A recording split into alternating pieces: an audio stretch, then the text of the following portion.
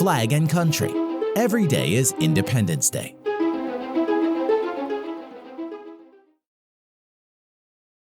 The Republic of Kazakhstan is a transcontinental country and is classified as being part of the European continent.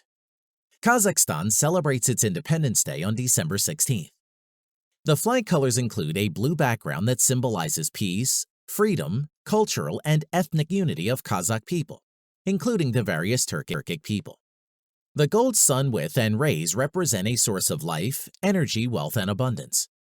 The soaring golden steppe eagle symbolizes independence, freedom, and flight to the future. The vertical gold pattern on the left side of the flag is the national ornamental pattern, which translates to the horns of the ram. Thanks for watching this video.